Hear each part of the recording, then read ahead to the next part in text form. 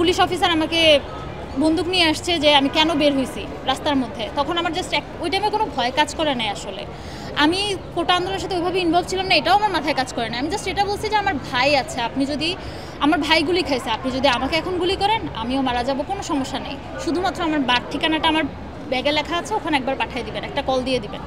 এটা বলার পরে না ওনারা কেন যেন আর থামায় নাই। আমি আমার রিক্সা নিয়ে চলে গেছি, বলছি যে পিছন থেকে গুলি করবেন দরকার হলে। এরকম অনেকগুলো রাত কাটছে আমার এভাবে করে। 23 তারিখে যখন ও মারা যায়, তারপর আমি ওকে পটুয়াখালীতে ওর বাসা পর্যন্ত নিয়ে যাই। ওর শ্রাদ্ধের কাজ শেষ হওয়ার পরে আমি ওকে নিয়ে আমি যখন আবার ঢাকায় ব্যাক করি 25 তারিখে, তখন আবার ইন্টারনেট ব্যাক করেছিল দুনিয়ার মধ্যে।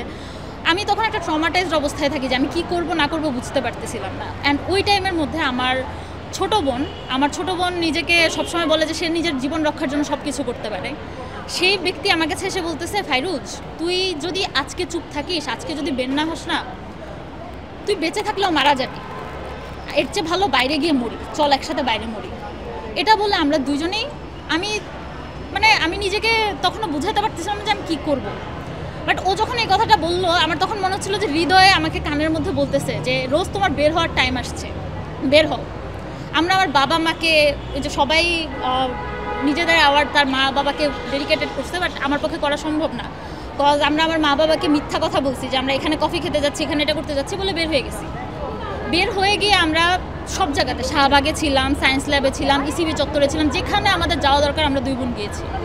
অ্যান্ড আমার বোন এখানে আমাদের পুরো টাইম আমাদেরকে সাপোর্ট করছে। অ্যান্ড লাস্টের দিকে আমরা বাসাবোতে থাকতাম, ওখান থেকে আমরা সব জায়গাতে বাই রোড গেলাম, কোনো টাইমে রিক্সায় করে গেলাম, কোনো টাইমে হেঁটে গেছি। আমরা জানি না আমরা কী যে করছি ওই টাইমটাতে, আমরা জানি না, আমরা জাস্ট সব জায়গাতে গেছি। আন্দোলন করেছি চট্টগ্রাম বিশ্ববিদ্যালয়ের একজন ছাত্রী হিসেবে।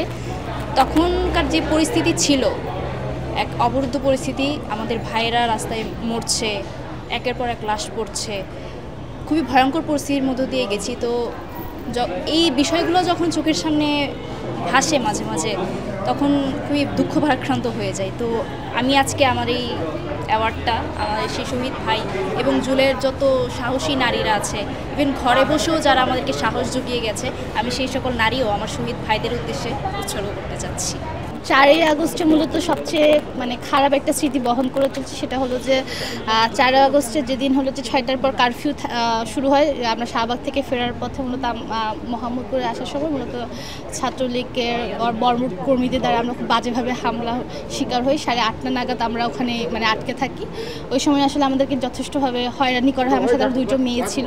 তা আমরা সবাই আসলে দেখতে গেলে যে যৌন হয়রানি থেকে শুরু করে যে ধরনের রামদা নিয়ে যেভাবে আমাদেরকে একদম ঘিরে ধরে, যেভাবে আমাদের মাথায় আঘাত করা হয়, তো এই সকল খারাপ স্মৃতি তো আছে।